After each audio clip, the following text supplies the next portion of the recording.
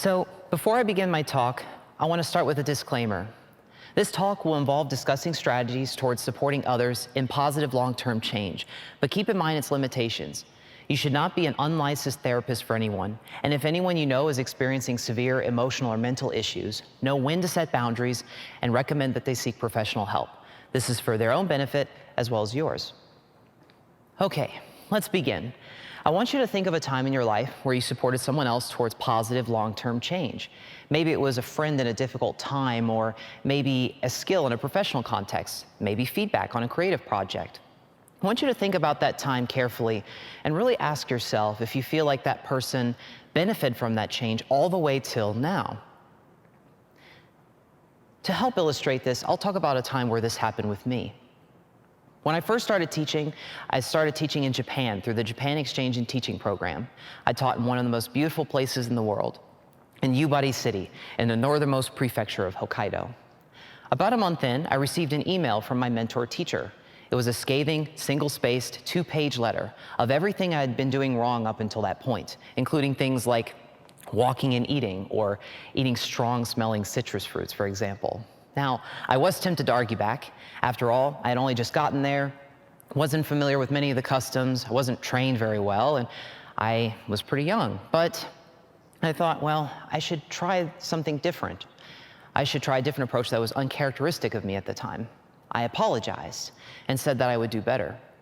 2 years later, we ended up building a great working relationship with each other, and we planned many different lessons and activities for students. I'm very grateful for the decision I made at that time, and it led down a long and productive path towards a career in education. But I'm not entirely sure what motivated me to choose differently in that moment. And it is this kind of question that has guided me on my path towards research and eventually self-discovery and growth.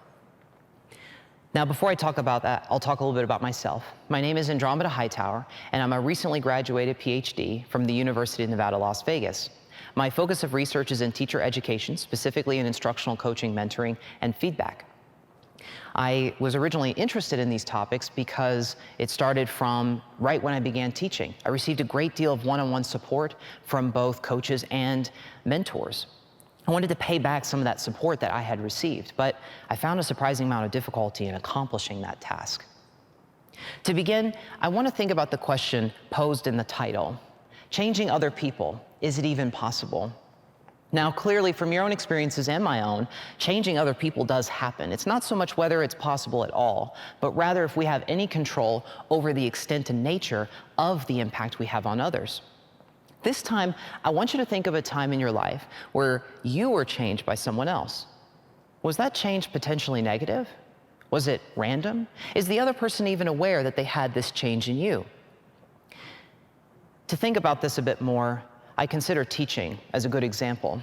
It is not so much the individual impact we have on any one student's life, so much as it is the hundreds of potential impacts, positive or negative, that we can have every single day with all of our students. There's this part of a quote from a teacher long ago that inspired me and said it better than I could. The impact of a teacher is unspeakably high and remarkably unpredictable. So in that case, is our answer a no to that question? I would argue something more optimistically realistic. It depends. We can't know a solution for every possible situation, but we can at least try our best to improve our odds towards success. To think about this, consider this pyramid. At the very top, these are the decisions that we make towards supporting others in that long-term positive change. When we think about changing others, this particular framing might come to mind. Here's a change I would like someone to make, so I'll present it directly to them, provide evidence and explanations as necessary so they can understand what it is they need to change and how to do it. Many trainings are framed this way, as well as even personal interactions with others. It is this kind of change that I would call active change, meaning that the recipient is directly presented with what the change is and how to do it. Now, there is a context where these kinds of changes work. For example, in professional development literature, at least, it suggests that for relatively simple knowledge or skills, active or direct approaches work well enough, and coaches and mentors can use this strategically to help support potential knowledge gaps that might exist. Additionally, using what Coles, Ritchie, and Smith describe in 2017 as courageous conversations is necessary sometimes, such as for calling out racism. However, for more complex change, complex knowledge or skills, These active changes rarely result in the kind of outcomes we're seeking. And even if we see changes in the short term, they may not persist to the long term. And that's in the better case scenarios. In the worst case, we may end up hurting the very people we are attempting to help. There was a student in one of my courses. He showed a lot of early promise as a teacher. Passionate, heart in the right place, participated frequently in class. I really believe that active change was what was necessary to support teachers towards that long-term success.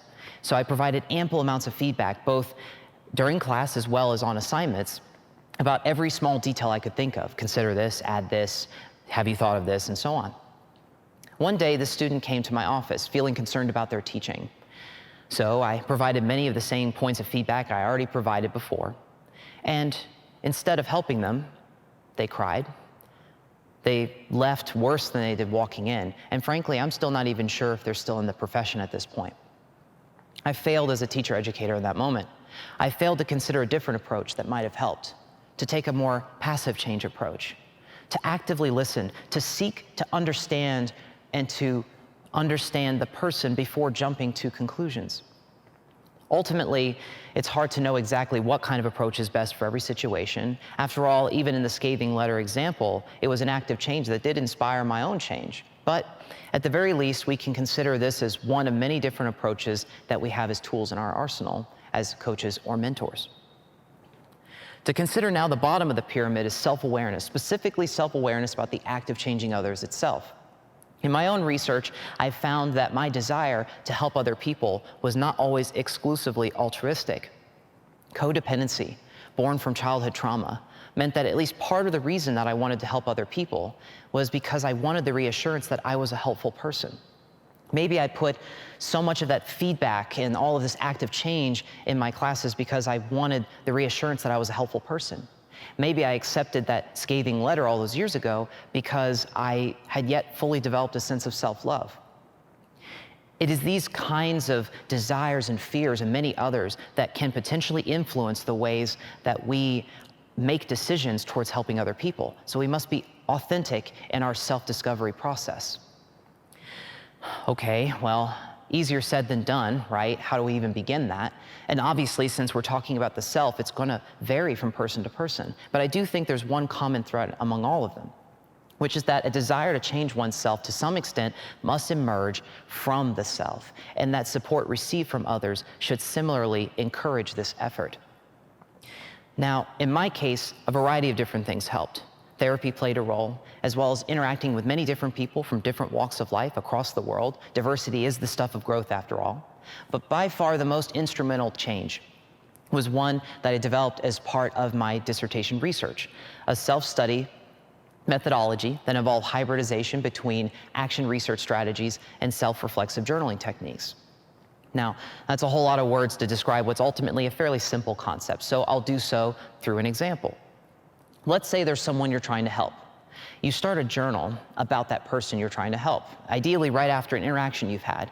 You write down 2 sections, one that documents the facts of what took place, and one that documents your thoughts, feelings, and reactions about what took place. Then wait a day and reread what you wrote. See if there are any particular takeaways or maybe some ideas or puzzling concerns that come out of that analysis. Then consult the research. Read online, maybe read articles, journals, consult with trusted peers until you have some clear takeaways that you can journal and document one last time before your next interaction. Then the cycle repeats. This process is particularly helpful because, as I found through my own dissertation research, it often takes several consecutive cycles of reflection before underlying factors are seen, let alone understood. There are a myriad of challenges towards supporting others in long-term positive change, and it is my ongoing goal to seek out the best ways to do this effectively. I still don't know entirely what motivated that change from the scathing letter all those years ago, but I do know that in addition to what it did for my career, it did wonders towards my own self-awareness, and I am so grateful for even the fraction of self-awareness I gained that I might not otherwise have had if it wasn't for this process. Coaches and mentors, as well as supportive friends and allies, stand to greatly benefit the lives of others, but we must also consider the dangers that exist. Perhaps most importantly, before we ask, how can we change other people, we must ask, how can we change ourselves? Thank you very much.